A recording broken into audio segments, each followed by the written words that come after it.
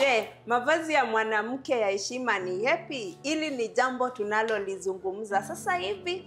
Je, mavazi ya mwanamke ya heshima ni yapi? Mavazi ya mwanamke ya heshima yanastahili kuwa ya adabu ambayo hayabani mwili.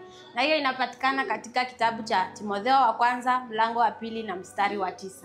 Tupate zinginezo. Mavazi ya mwanamke ya heshima ni mwanamke hapaswi kuvaa nguo ambazo zipasavyo mwanaume. Hili tunalipata kwa kitabu cha Kumbukumbu la Torati 22 mstari wa 5.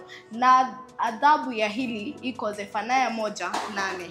Upe nyingine. Mwanamke anapaswa kufunga kitambaa anapoomba, anapofunza wanawake wengine, anaposoma Biblia na anapohutubu.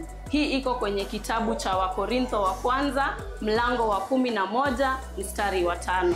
La mwisho, vazi la mwanamke linastahili kuwa na vishada kwa ncha ya nguo. Alafu inapaswa kuwekwa kwa kila vishada nyuzi ya rangi ya samawati. Maana hivi vyote ni unapoangalia chini ya vishada unakumbuka amri za Mungu. Shukrani.